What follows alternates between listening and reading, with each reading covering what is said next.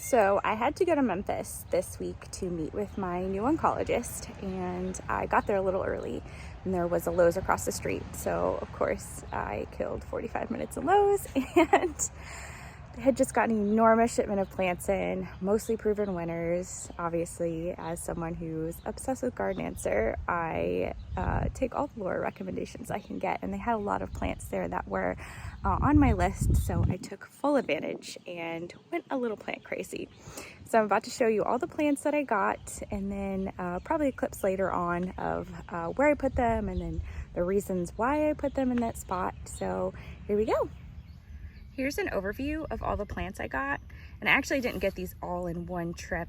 I posted this in my last video, but this buddleia right here I got last weekend at a local nursery. I went to Walmart and Lowe's this morning to run a couple errands, and as a crazy plant person, you know, you can't go to a nursery and not buy plants. So I picked up a couple more this morning. I got these Morning Glory, and then I got a couple more of these dianthus that I have planted just because I love them and they smell so good. So this was split up over probably about a week and a half, 2 weeks, but this is the haul, and I just love all of the colors. I clearly have a thing for red foliage. There's so much green out here. I just really want to break it up with different colors and textures. So I'm trying to add in as much like red or purple foliage as I can. So we'll just go ahead and get started, going plant by plant. The first plant I picked out was this pink chiffon Rose of Sharon by Proven Winners. It wasn't blooming when I got it, I think 5 days ago. The buds were forming, but it hadn't bloomed yet, and it started blooming, and they're so pretty.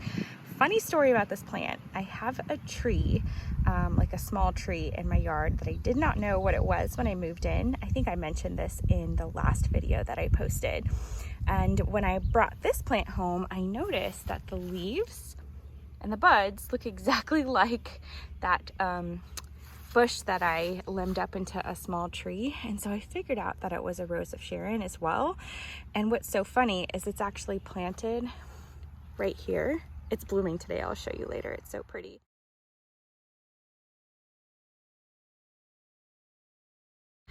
And when I placed this one without even knowing what it was, I planted it in the exact same spot on the opposite end of my property. I am probably going to keep it there just because they have beautiful summer blooming and summer interest, and that way it's kind of like a nice balance to the garden. But I thought that was so funny that I had no idea what that other bush was until I bought this one.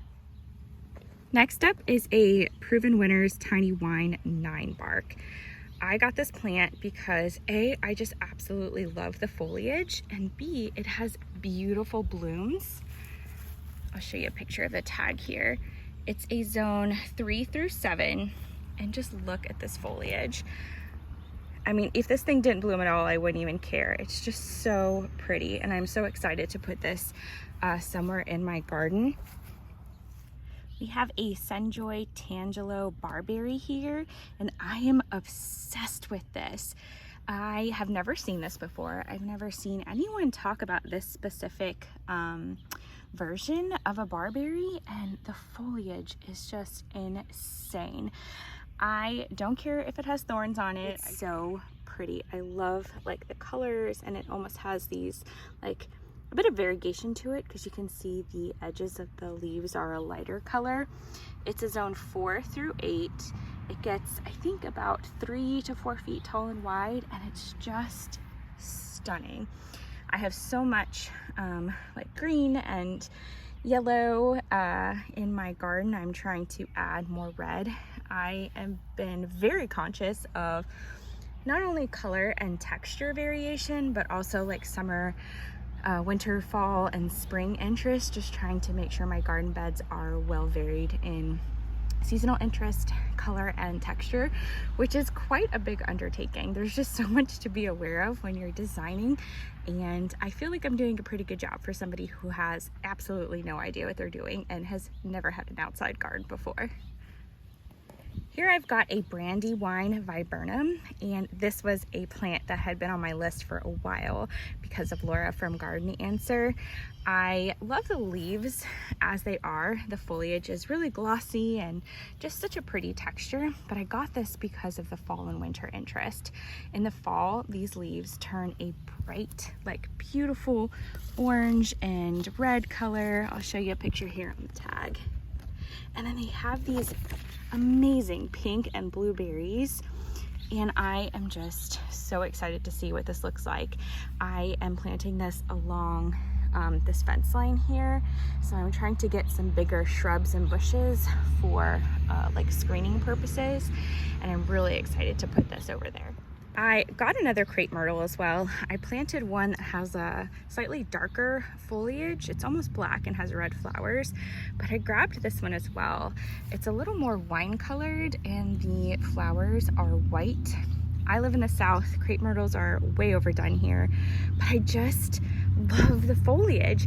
You can't put Japanese maples obviously in full sun, and there's not a ton of other red foliage that is easily accessible to kind of break up the color in the garden, and I think crepe myrtles are a great option.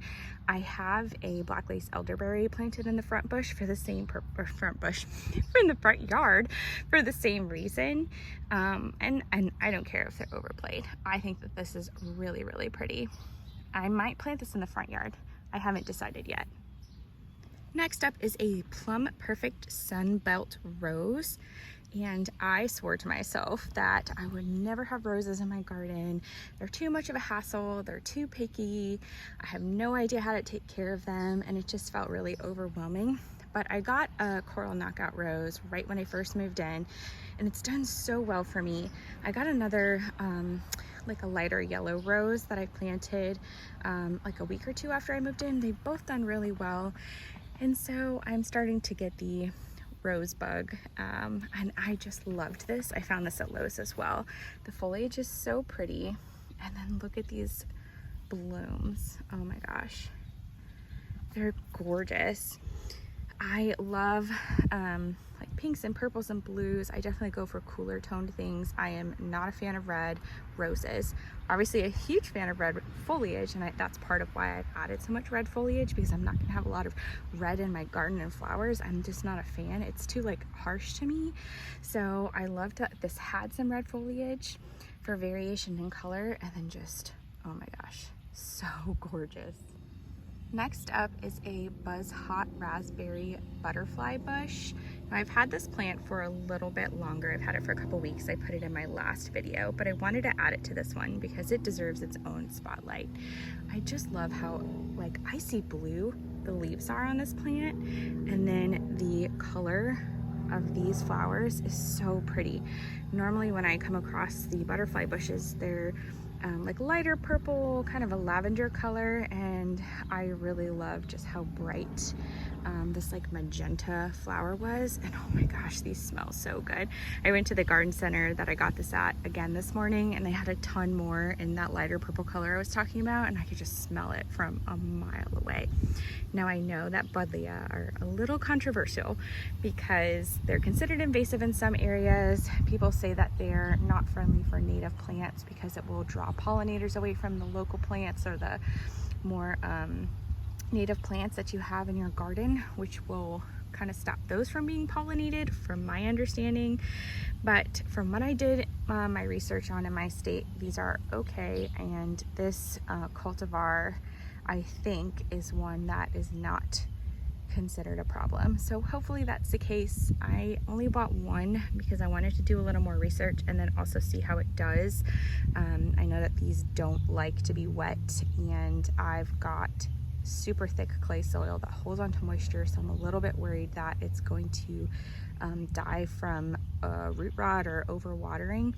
But I can guarantee you, if I come back with a good result on my research and this does well this year, I'm gonna have a ton more of these in different colors, because when I walk into my yard, this is all I smell, and it just makes me so happy. So these are the smaller plants that I got. These I got this morning. These are proven winners. Blew my mind dwarf morning glory. I know that these are annuals, but I have a space in my garden bed that gets full sun, but it feels dark just because of where it is, and I wanted to brighten the space up, but I already have some white and yellow planted there, so I thought that this was a really good option to bring a little more color to the space. It also needs to be something that's low growing. I can't have anything tall, so I really liked this. Most of what I'm buying at this point has been perennials because I'm trying to get a really good base in my garden before planting annuals. But every time I go to the store, I see these and I love them. So I just bought 3. And then next I have some clearance rescues. These are a double the sun coreopsis. I need to add some more yellow to a flower bed. These were really pretty. They were really cheap because they were on a clearance rack at Lowe's. So I grabbed a couple. I'm not sure if these are the kind that spread like crazy and reseed all over the place, so I might do a little more research before I plant them because they're not going into a flower bed that I just want them to take over. So yeah, we'll see there. And then these are sedums. This is the autumn fire sedum. These are hardy in my area, and from what I understand, the flower blooms get like a bright red color, and then they kind of stay through the fall and the winter. So I thought it would be really pretty fall and winter color interest. I don't know a ton about these, but I figured I would give them a try. They were pretty cheap, and I really liked the look of sedums, so we're gonna add these. And then the other plant that I bought was another tickled pink dianthus scent first. I have 3 of these already. I'm obsessed with them. They smell so good.